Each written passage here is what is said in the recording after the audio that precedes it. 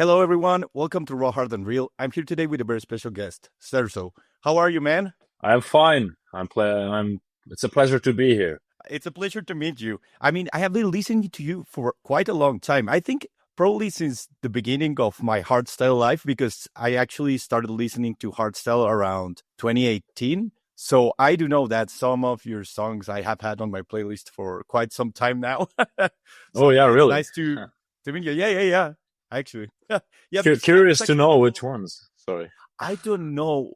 I would have to go to my playlist, but it's one with Matt. I don't know if the one with Matic. But Massive. I don't know how old is that one. Yeah, but I don't know. I have quite a few. I will look at them and I will let you know because I have them like in an old playlist that when I started Yeah. listening to Hardstyle, so it's quite fun. Yeah.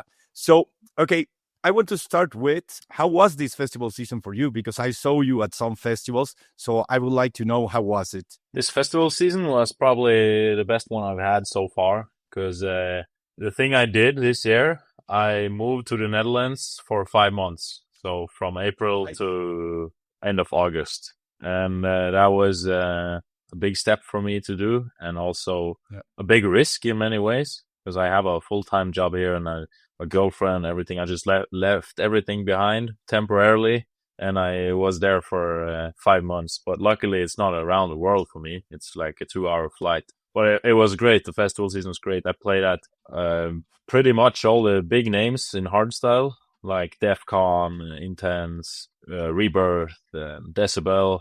And also I had a chance to be included in the Tomorrowland lineup. So big shout out to the Tweakers for putting me on there. Uncle Tweakers.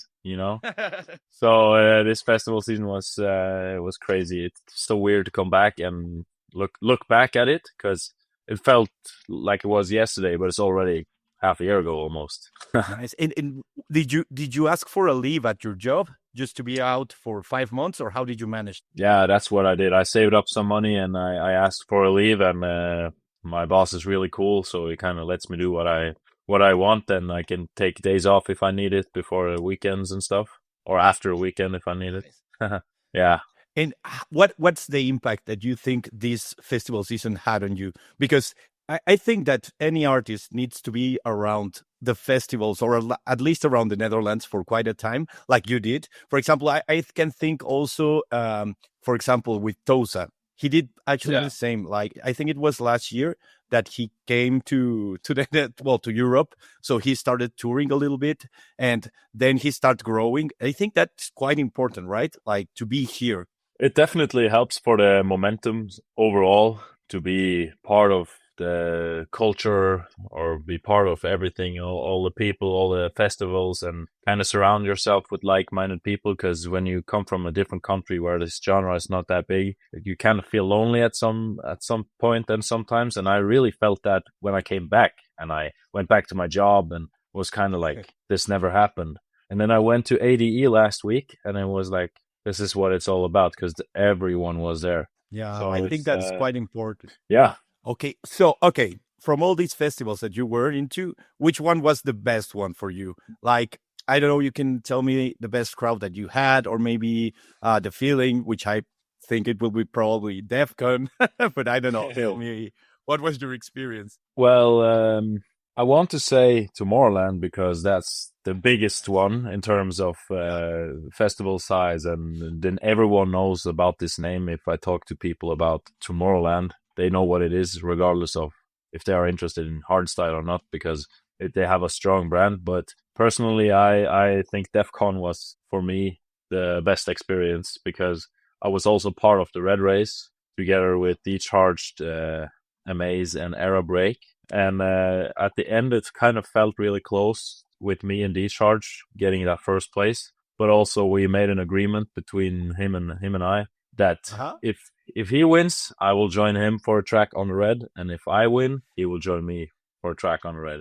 And that's what happened. Nice. And DefCon, the overall experience was just amazing because I was there all days. I was on stage on Friday, obviously, with Decharged. And then I joined the Tweakers also on stage because we have made some songs together. And on a Saturday, I opened up the UV stage, and the crowd, it wasn't the biggest crowd, but it was probably the most dedicated crowd when it comes to the overall festival experience I had. Also, I gotta say, Rebirth was probably one of the that's the best way to kickstart the festival season because it's in April. It's when it's getting warmer in the Netherlands, and people are really hungry for festivals. And I played a 30-minute live set, and it kind of felt like a bunch of those people know my tracks and sang along the melodies. So probably Defqon number 1, Tomorrowland number 2, Rebirth number 3, if I would rank it. So good times. Yeah, I mean, I saw you a little bit on. Oh, it was Decibel. It was packed as well. I mean, I like Oh yeah, that kind of stages. Yeah. wait. That's a whole different story. I gotta redo my top 3. It's Defqon, Decibel, no Defqon, Tomorrowland, Decibel. Because the crowd at Decibel, fucking next level, man. I just pumped it to max, and I felt everything was on point.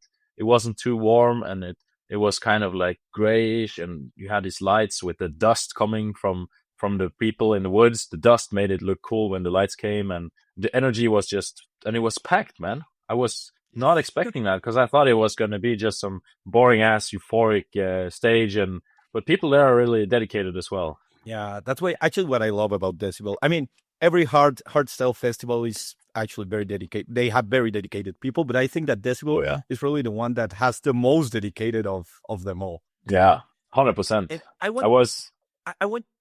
Sorry, sorry. Yeah, I was just gonna say with those crowds, I was at Dreamfields for the first time, and that was an experience because there were multiple genres, like a mini Tomorrowland, you could call it. But the people there, they were like 40 plus, most of them, from what I saw. But they were all at the classic stage, so and it was such a big mixture of people, and I think that's more of a festival for people to just enjoy themselves and not mostly like the most dedicated people come to these festivals. But yeah, just a little thought. That's true. For example, for me, I love Tomorrowland because I can just chill. You know, I don't actually think a lot about who am I gonna see. I mean, I do, but it's not like I don't know, maybe on Decibel or at Defqon that I have like a tight schedule of who I want to see. Actually, when I go to these kind of festivals, I try not to focus on the on the hardstyle stage, so I can see more of other genres and everything. So I think it's more chill when it's like a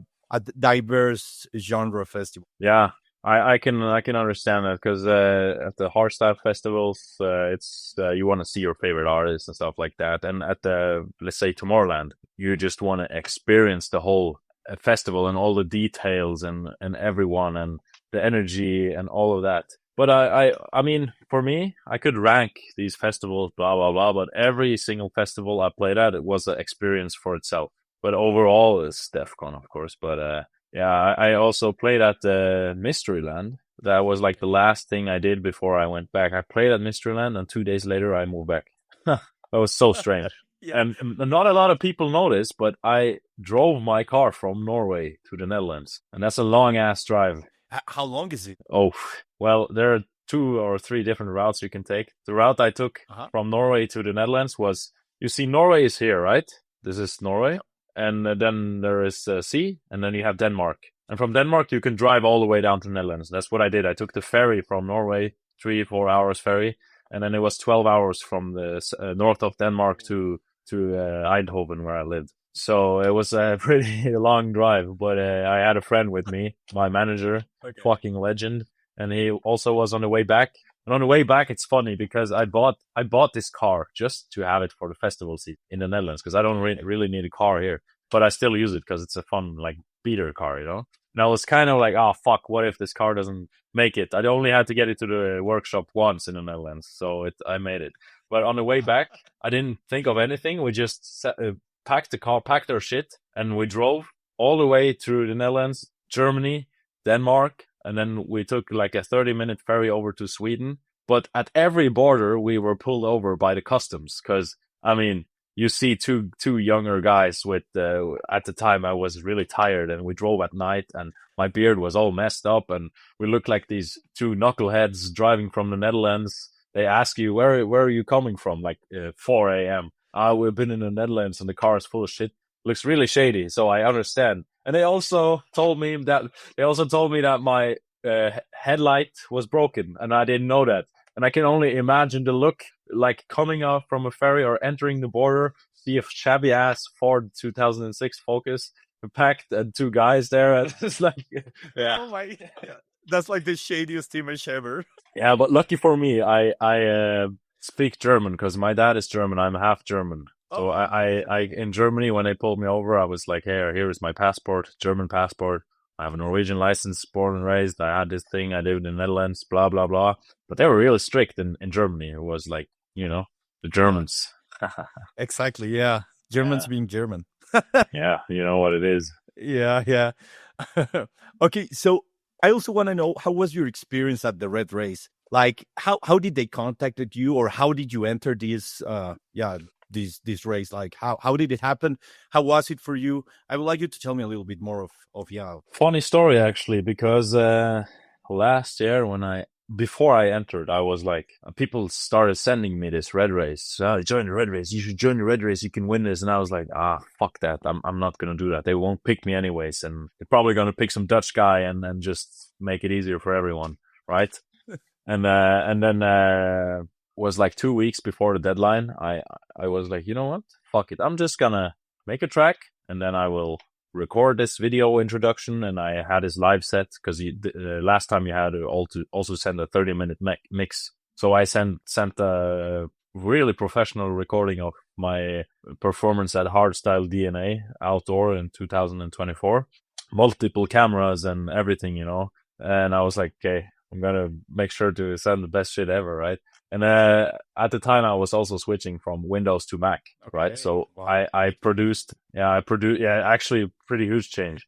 So I produced everything on the Windows computer, but multiple plugins I have, they only work on one computer, right? So I didn't use like all my go-to stuff when I produced this track. So I was very limited, but I was like, really like not sure if I wanted to join this red race. And then I went to the studio and I sat the whole day and I made this track, and I was like, holy fuck, this is a Defqon track. And this was my entry track. And then I told each other, hey man, just join. You never know what happens. Hey, come on, man, let's join. Let's do this together. It'll be fun if we both compete. And next thing you know, the fucking Randy calls me up and you are in the red race finals, blah blah blah. And I told Michael D-Charge, hey man, they picked me, and then he thought they picked someone else, not D-Charge, because he received this message the day after, because there was probably some mix up from the ones they were gonna pick. And joined the red race. I remember I got this mail before I got the call, like, I am in the next round, and it was like 40 different people, and you got this contract you had to sign, and so you are part of it officially, right? And then we joined, and then it was like the week after we joined, we had to come to the Netherlands to film. So the first they could have probably planned it better, but they probably will this time, because I'm also aware of that this was their first time doing something like this. Yeah, so I completely understand everything, but cost me a lot of money. But for me, it's an investment, right? So I think I paid like for this first trip, just the flights, €1,000, because it was a couple of days before, and I booked the wrong flights, and I booked I was fucking up big time, so it was my fault as well.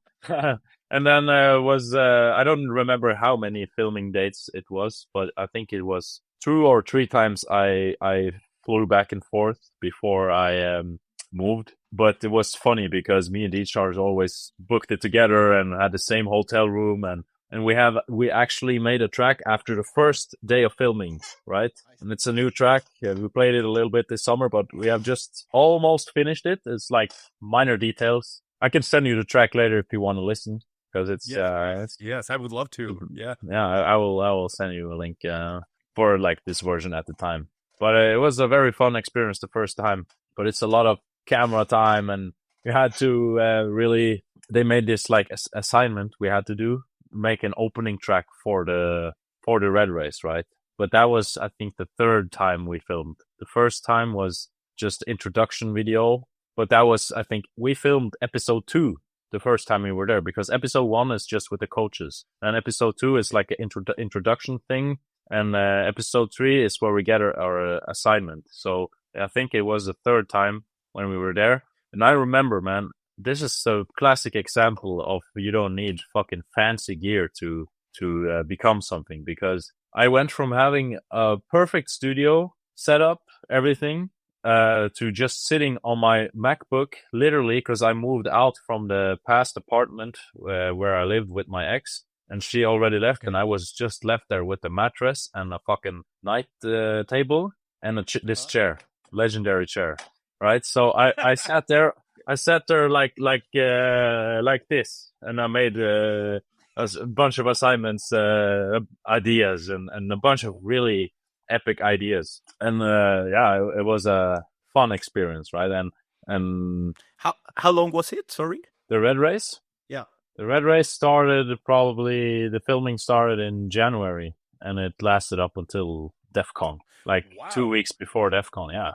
But it was half a year every month, or yeah, it was sometimes it was like on a Wednesday, right? The first Wednesday in a month, and then the next filming day was the last Wednesday of the same month. So we had to fly twice, but lucky for me, I lived there, so I could just hop in the car and go wherever. But the last episodes were probably filmed like 2 months before it was done, and we got probably 1 or 2, 3 months to make this assignment. And also we had to prepare these assignments for the filming so we can show what we are working on.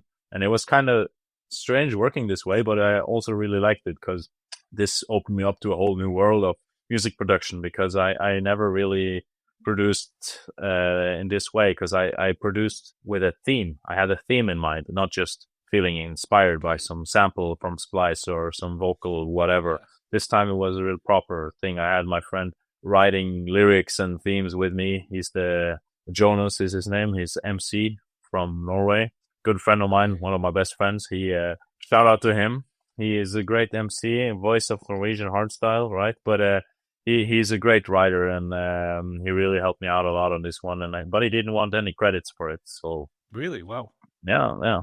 But next time I'll make sure he gets his cut. His credit. Yeah, Yeah, nice. So it ended until Defqon, and I mean, what? Well, I talked about this with Decharge, but how do you think and how do you feel the impact that also Red Race had on your career? Well, funny that you ask me that way, because the first thing, very like straight up answer, people actually recognize me. That's funny. That's kind of cheesy to say, but I was at the airport in Eindhoven, and there was these 2 people, a man and a woman. And I'm like, why the fuck are they looking at me? Like, right? And they kind of like, what do you want? Like, they were looking at me like, do I know you or something like that? And I took out my AirPod and I say, what's up? And they were like, you're Serzo. I'm like, yeah, what's up? I was like, I felt kind of threatened because I never experienced this outside a festival, right? Maybe here and there, but and yeah, that kind of happened a few times, similar things. And the Red Race definitely gave me a bunch of momentum for my musical career, and how I can really expand my name and get my name more out there, because also a lot of other artists, they are watching this on YouTube, because if you follow Defqon and you go onto the Instagram and you scroll down and watch a couple of posts, that makes your algorithm go that every time they put a story out, it's the first thing you're going to see. And you just press and you scroll, and you're going to see Decharge, you're going to see Serzo, you're going to see all the names, right? Yes. And also, I mean, you could say that the Red Race did a lot for me, but it was also what you made of it, right? So you could be the guy that just reposts stuff from the Red Race, or actually try to make content yourself and get your name even more out there. So it helped me a lot.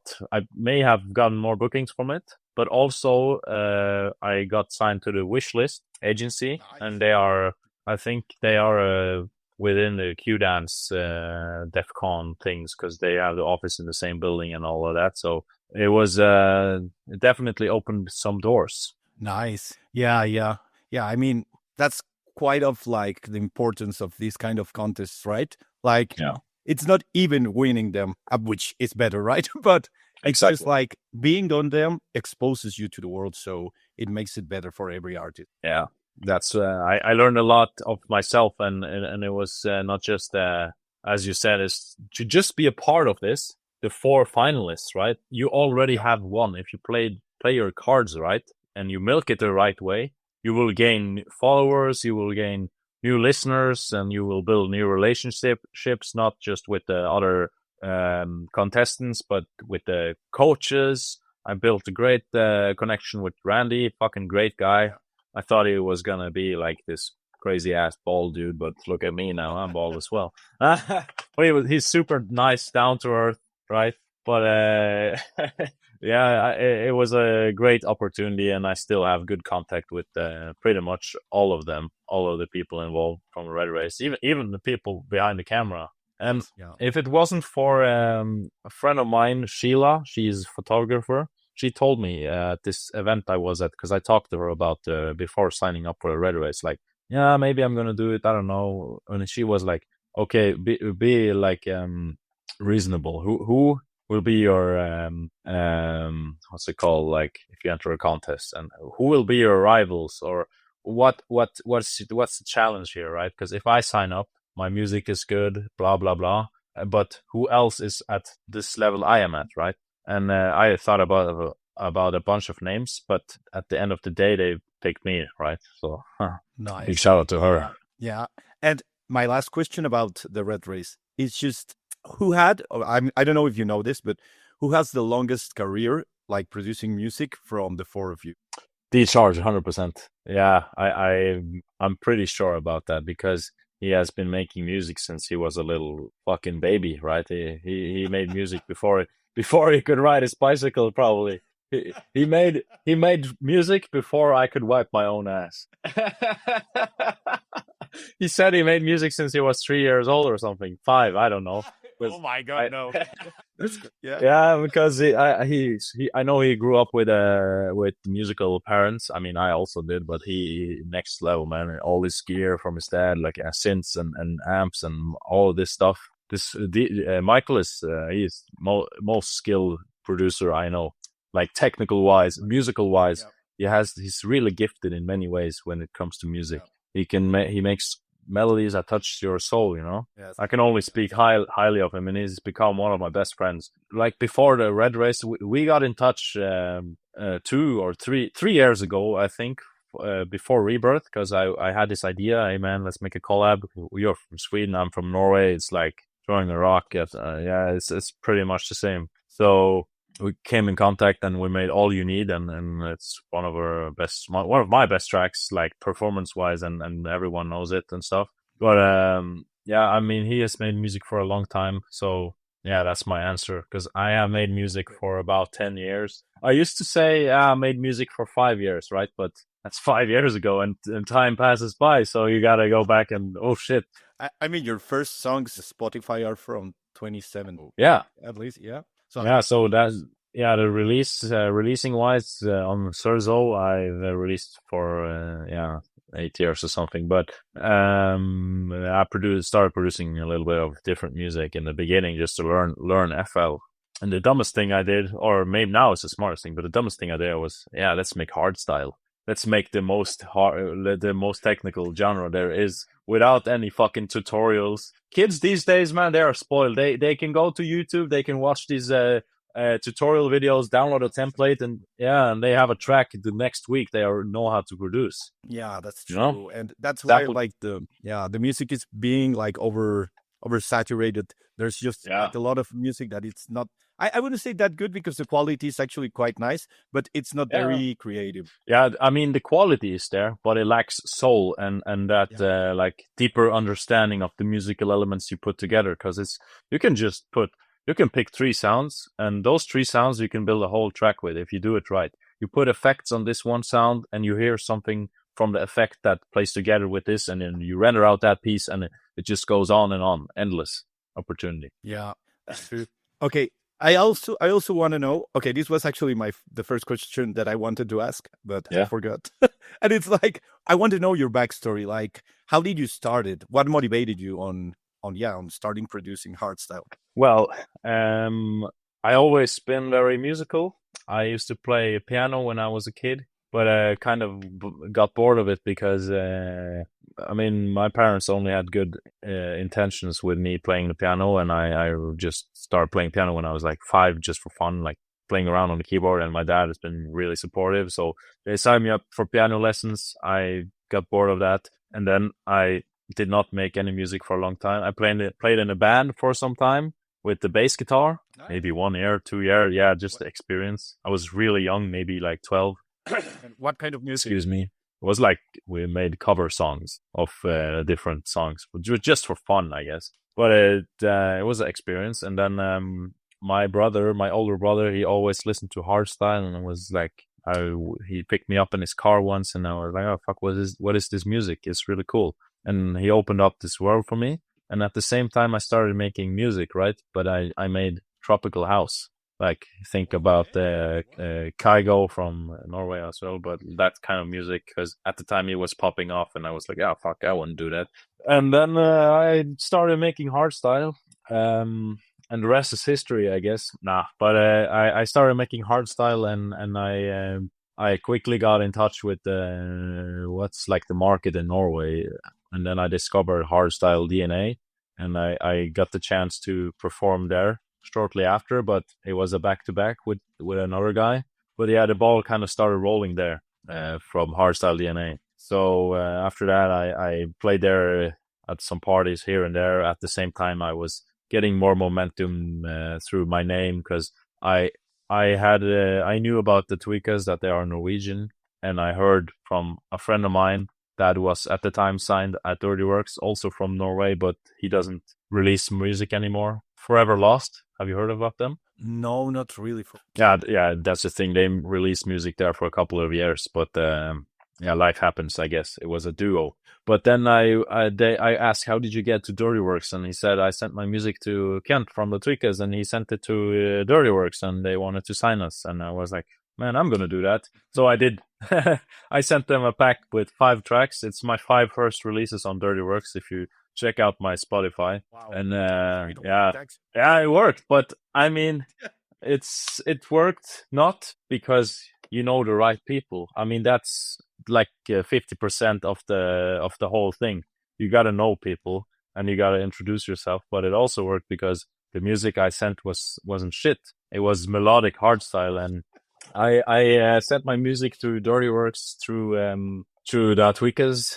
And at the time, I lived in northern of Norway with an ex, right? So I lived there for 1 year because I didn't know what to do after school. I was like, fuck, man, what to do next? And then I went there to just work some bullshit job part-time, but to focus on music. And that's where I produced music. And I produced these tracks in a very similar setup as I talked about in the Red Race, with just a laptop and in the living room. Yeah, basic stuff, headphones. And I remember I was at work that day, and then I checked my phone, and I got a mail from Dirty Works. And I was like, oh shit, what is this? And I was like really hyped. And I saw that they really liked the track, and they wanted to have a meeting with me. And I was like, all right, what's next, right? And then this has happened. Yeah, and then that happened. And quickly I decided, over the winter when I lived up there, I was like, maybe I'm going to move to Oslo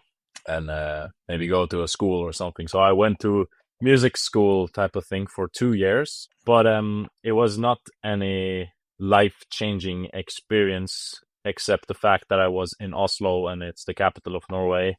But that was also the first year. It was pretty awesome to go to that school because you were surrounded with other artists in different genres. But I felt really kind of like an outcast because I already had done so much. I had released these tracks, and I was signed to Dirty Works, and my production level was kind of higher than most of the people there. But I learned other things like management of music, and also working together with vocalists and recording stuff and like live things and stuff.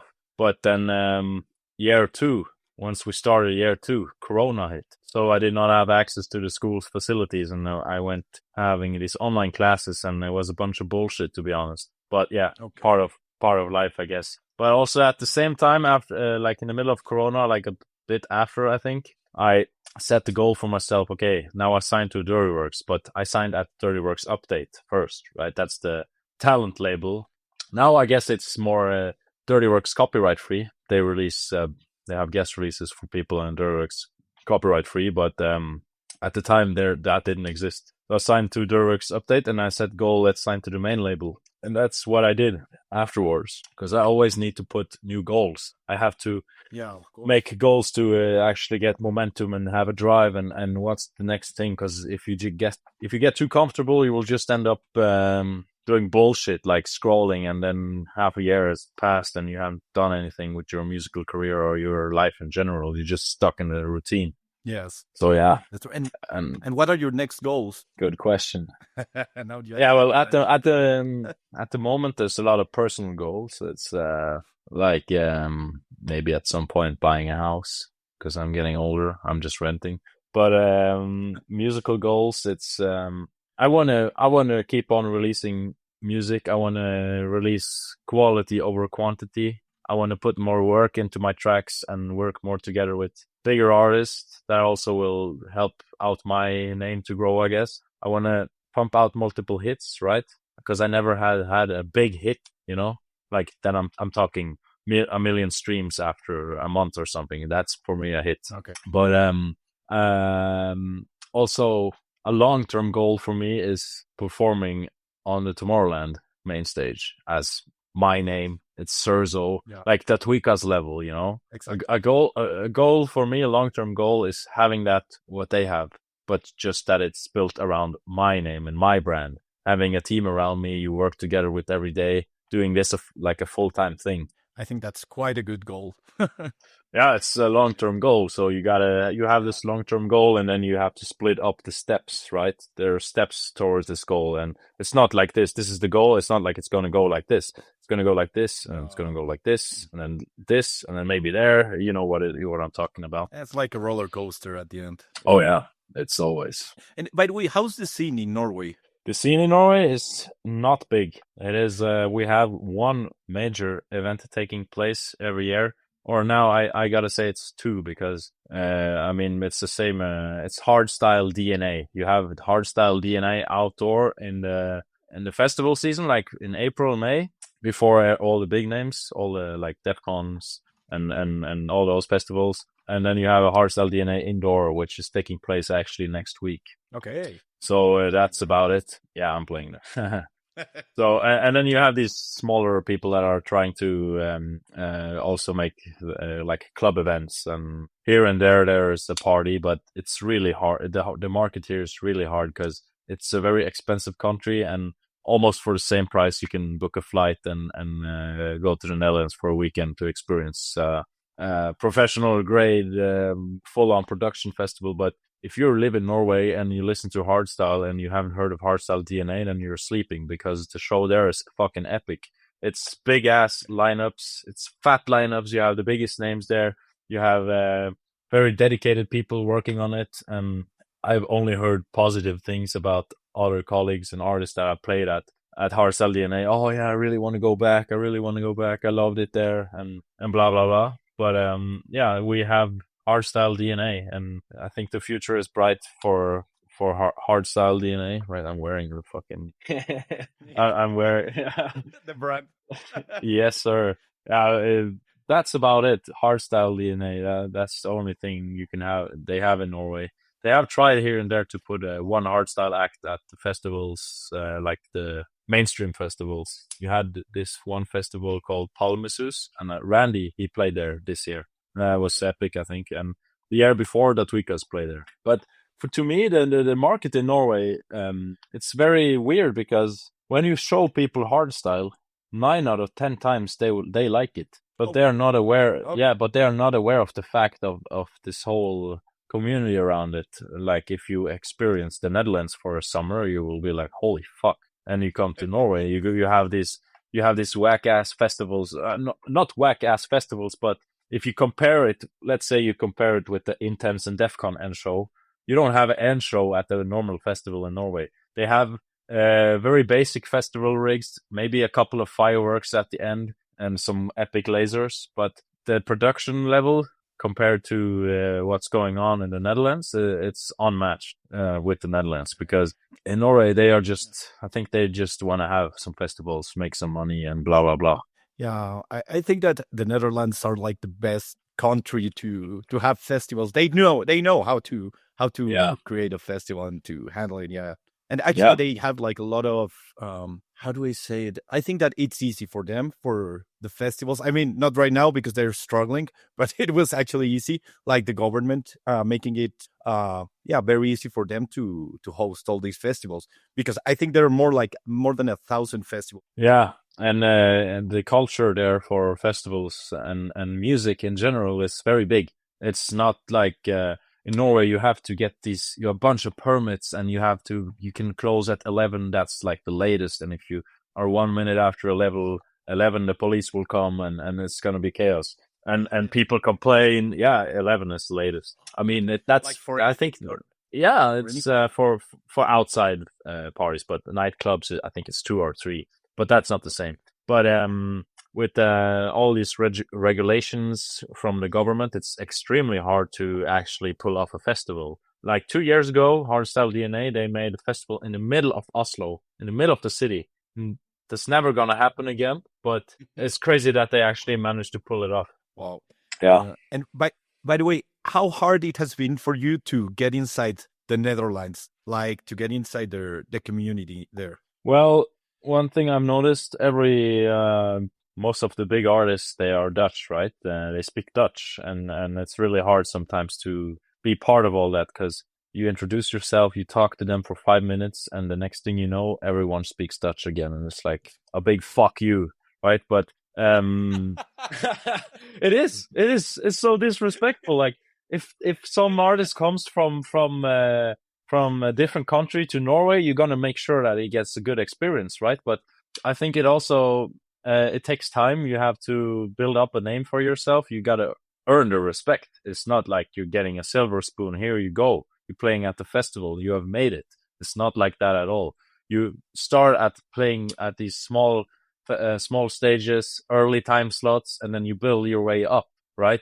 It's a matter of having the momentum going all the way, having clear goals, and also being a likable person. Because if you are just this incel guy that sits in front of his computer all day, and then you go to a festival and you stink, it's like, bro, come on, man. You gotta kind of make a nice impression to people. Maybe put on some deodorant, maybe smell good, maybe smile more. Hello, my name is Serzo. I'm from Norway. Blah blah blah. But that's also something that I've on a personal level. That's something I have kind of learned the past years, because I was not like that the first time I played somewhere. The first international booking I had was actually Datwika's exclusive, and that was at the same time that was before I sent them the demos for Dirtyworks. But I entered this DJ contest, and I guess they picked me because I'm from Norway, and it's like, yeah, this guy can win. Yeah, you could kind of biased, but I mean, it opens a door. And I remember there, I didn't know jack shit about how to mix and how to treat your ears, because I went there without earplugs. And I remember when I played there, the booth monitor was maxed out, because the DJ before me had probably earplugs while playing. That's what I do now, but I did not have that, and I played my set, and my ears were ringing for 2 weeks. Yeah, I was like, fuck. Yeah, and I was like, oh shit, now I really did it. Yeah. Oh my god. Yeah, but also what I was gonna say, it takes time to build up your name and build up reputation, because still to this day, it's sometimes hard for me to try to be part of it, and I don't want to just break down the door and say, "Hey, daddy's home." I mean, I could do that. That would be funny, but Yeah. you can't just be some random ass guy that does that. You have to have some relation to the people. You have to build up your name around it. And still, I have done this actively for what, 5 or 6 years. I mean, I produced for a longer time, but actively maybe 5 or 6 years, or more or less. Not 100% sure, but still to this day, it feels like I'm at the beginning of my career. It's so weird, but I think it's also a good thing to have in mind, because this way you will also always feel this urge to grow and to like evolve yourself, I guess, to the next Now, level. now that you mentioned this, I was yesterday I was having dinner with a friend that is actually a pretty good DJ and producer from Spain, and he was actually quite angry that he has been producing probably for, I don't know, maybe like 3 or 4 years, and he doesn't feel like he has had the chance to prove himself. And I think, I mean, I'm very old compared to him, but it's like you just have to wait. You just have to keep doing your stuff, producing, doing good stuff. And Yeah, I think that if you just keep doing it and you have the patience, at some point it will get you. You know, like, yeah, and I'm connecting this with what you were saying. Like, yeah, you feel like you have had like you're just starting, but you have been here for producing for 10 years, and maybe being inside of the scene for 6 years. But yeah. at some point, it can get you. You know, Yeah, it's exactly. like, And yeah. it takes time. You got to be patient, but you also got to have ambitions and you got to have drive, because if you feel like you perform at the festival and your first booking, either that gets you a bunch of motivation or it completely destroys you. This is not for everyone to tolerate all this noise and all these people, because if you come from a different country and you just sit in front of your computer all day, and then you fly maybe for the fifth time in your life, and then you do everything, and you got to book a hotel and make sure you get to the party. Of course you're going to be stressed because there's all these other factors, but like you're saying, the patience is really important key. Just look at D-Chart. He has been releasing music on Scantrax. He released in like 2016. I remember his music before I started. I was a big fan of his, and I told him it was a really funny thing to tell him. But just look at him. He has barely played any festivals in the Netherlands, maybe 3 or 4 times before Defqon, right? And Yeah. then he enters the Red Race, and it's like people have been sleeping on him because his music is great, quality is great, everything is on point. And then the first time he gets this opportunity, he takes it, and it's really amazing. And I'm glad he did. He won. He deserves it, 100%. I mean, I also deserve it, but talking about this as a friend, he really deserves it because he has been going at it, releasing and pumping out music and bangers, because his tracks millions of streams, all of them, not all of them, but like A lot. 80%. Yeah, 80%. And that has to mean something, right? Because it's funny because you see all these, sometimes what I noticed, because sometimes I used to look at the lineups and like, who the fuck is this? I never heard about him. Go to his Spotify. He has 6,000 monthly listeners. He plays at the Blue at Defqon. Like, what? Or not Blue, but like another big stage. But then it's also about maybe he's a Dutch guy. Maybe he knows this guy that knows this guy, which is the brother of one of the booking guys for Defqon. You never know, right? So you can't always just judge it by the cover. Because I remember, Dual Damage, right? I remember I went to their Spotify maybe 4 years ago, and they had like 20,000 monthly listeners, like maybe released a couple of tracks. And then it's like, what's going on with all this stuff with these people playing there? And what's this hype all about? And then I go to a festival in the Netherlands, and you see everyone kick rolling, and that became a thing. And now they are one of the biggest names in the hardstyle scene. And the same I also remember very well when a version went with Activation, because there was a track that Activation. Oh my god. yeah, oh yeah, I remember I that just remember that intense. Defcon one. Yeah. Yeah, oh yeah, fucking amazing. Big respect, because you cannot judge people by yeah, he's playing at the festival. Oh yeah, he's from the Netherlands. He's spoiled. You don't know what they are going through. You don't know what the work they put in. You don't know if this guy has been making music for 15 years and then he finally starts to release it, and then he get bookings 1 year after releasing it, or two weeks after releasing it. You don't know the plan, right? So there's always so much more that I can see. Yeah, that's Yeah. for sure. Yeah, but Yeah. and you're talking about great producers and great DJs actually. Mm. But the thing is that, as you were saying, there are a lot of other DJs that actually are just like products, or they just Yeah. have context, or I don't know. Well, there are a lot of products that Oh yeah. they don't even play, they don't even produce music, and they are Yeah. there. And yeah, I mean, that's kind of horrible for the scene, but what can you do about Yeah, what can you do? It's a part of the scene. Some of them are great social media faces. Like I True. think I'm not sure if Act of Rage makes his own music, but I think he does not. But he's a great guy on social media. You know about everybody knows about him. He makes amazing content. He keeps the momentum going, right? He doesn't just Yes. lay in his couch and play video games, and some guy makes music for him, and then yeah, I have to play this. Yeah, he's working. Yeah, he's 100%. He's 100% involved in the productions and stuff. But yeah, a lot of people shit talk also about these female DJs becoming big and stuff. They don't produce, blah blah blah. But you don't know what's going on behind the scenes. It looks like just some hot chick with tits that can be a DJ, and that then you can be successful. But I think it's more than that. Yeah, there's more under it. Yeah. Yeah. Yeah. And on what countries have you played, by the way? Norway, Sweden, Estonia, Switzerland. Yeah. Wow. Yeah, I actually played it for the first time. Belgium, Netherlands, Germany.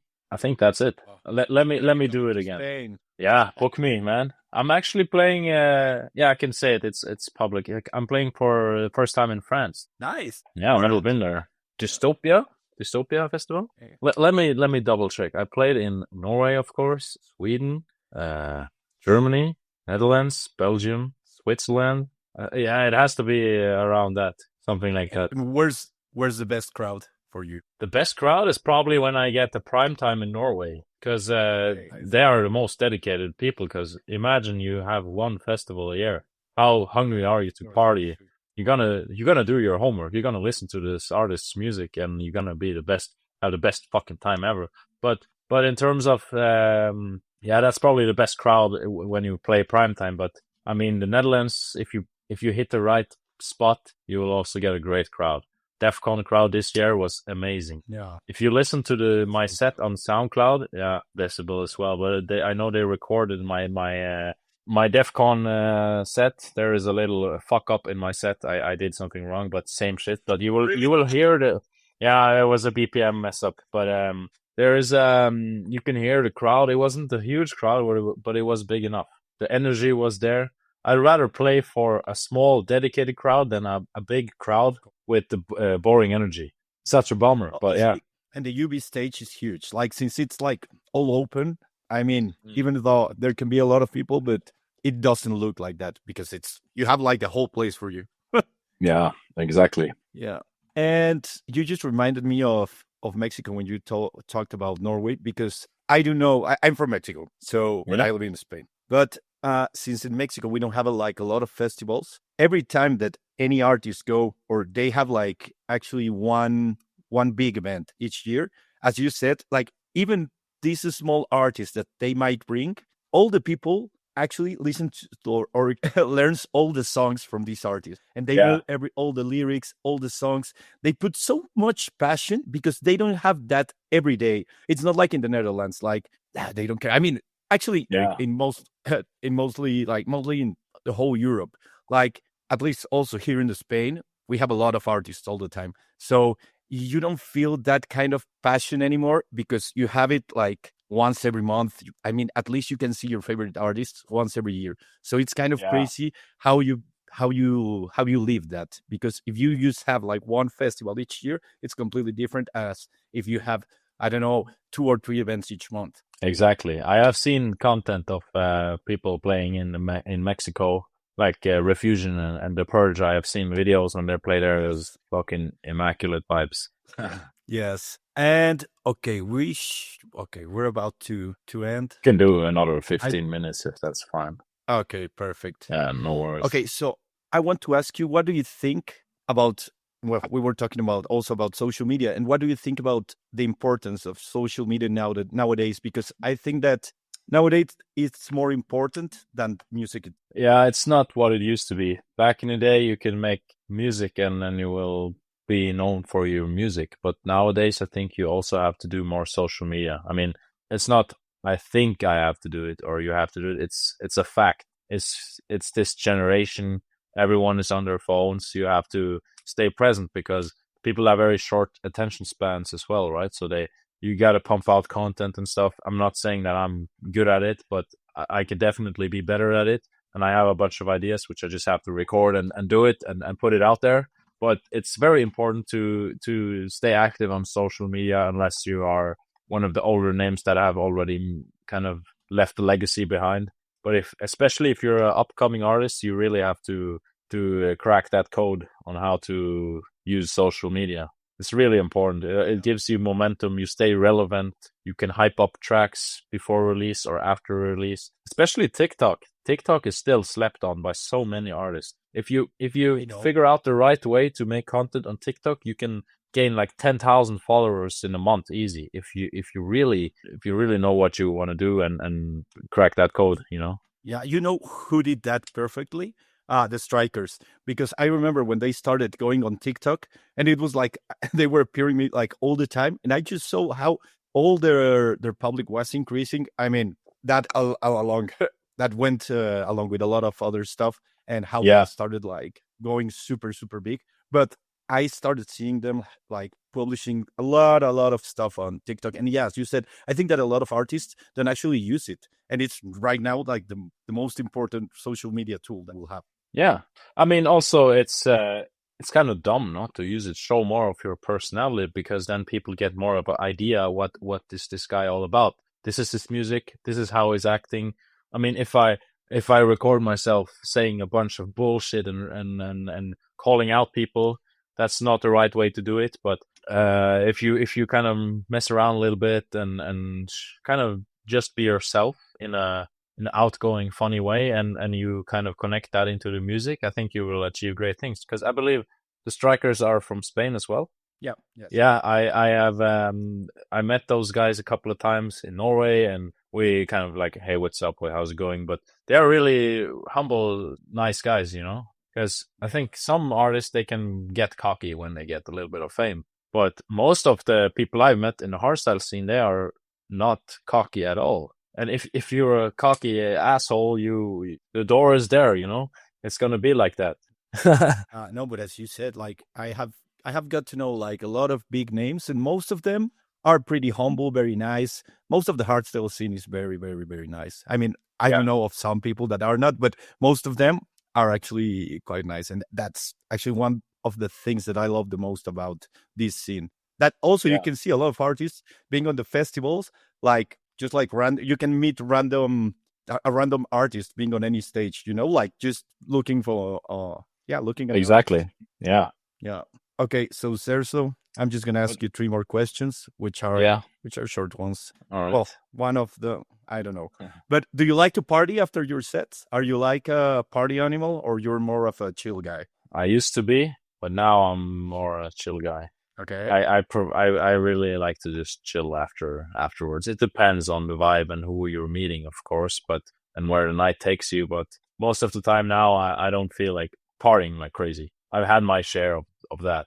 But I mean, if I hang out with the Tweakas and they are in a party mood, a few drinks may be consumed. But yeah, nothing crazy. But I think that they're always on a party mood, right? Or at least it seems like that. Well, it's a gimmick. They don't drink like they used to. I mean, you're getting older, the hangover's getting worse, and they are amazing guys. Big respect to the Tweakas. I owe them the world because, I mean, I lived at Marcus's house this summer. That's where I lived. Yeah, the guest house, and I could just rent there, and I was like, fuck yeah, Wow. you know. So Really? they really support me. They shout me out when they can. We tried to make tracks together, but we made covers and they never get clearance. So live exclusive. Really? Oh, fuck. Yeah, Oh, that sucks. yeah. But I mean, it's important to release a track together at some point. But I don't want to be like Yeah, leeching sure. on those guys too much. Okay. Yeah. Oh, but that would be nice. Yeah. Yeah, Okay. So next question: who would you like me to interview next? that's a great question. Tatwikas. That's we. Yeah, actually, that would be cool. They are really awesome guys. They know their way around everything, I guess. How to do music, how to produce music. They are two guys, but Marcus produces in the morning, and then Kent comes in the night, and he produces all night. So the wheel is never stopping there. Oh yeah, Wow, I didn't know. they have a crazy workflow. I was at their studio multiple times this summer, this season, and it's like, holy fuck, I gotta get my shit together. Wow. Wow. Yeah. Okay. I mean, I would love to. I think I have tried to contact them before, but yeah, uh, I don't know. I will look at it again. But yeah, I would love to have a podcast with them. And I okay, I can try to make that happen. okay, that would be amazing. Yeah, I mean, if you send me like your podcast and all that stuff and where to listen to it, and I think it also comes down to how much is in it for them, right? Because for me, it's an Yeah. opportunity. I maybe get a few new fans from this podcast, but I also want to support you, right? It's fun to be part of this, Thank you, man. and it's really nice. Yeah. Thank you. And okay, so my last question: how would you like to be remembered on the hardstyle scene? That's a good question. How would I like to be remembered? Obviously from my music, but also that maybe I hope I'm a likable guy.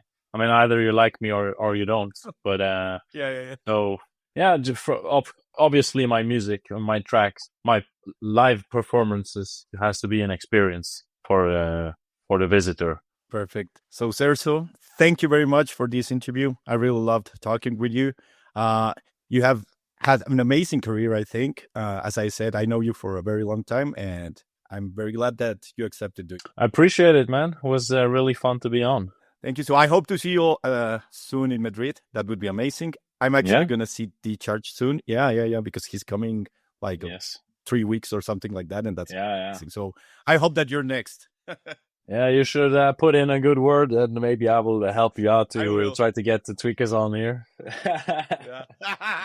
You give, you I get. will. Yeah, Yeah. yeah, yeah. Of course, I will try. Thank you very Awesome. much, man. Okay, Thank you, man. and Hit that subscribe button. Put on notification so you know what's up.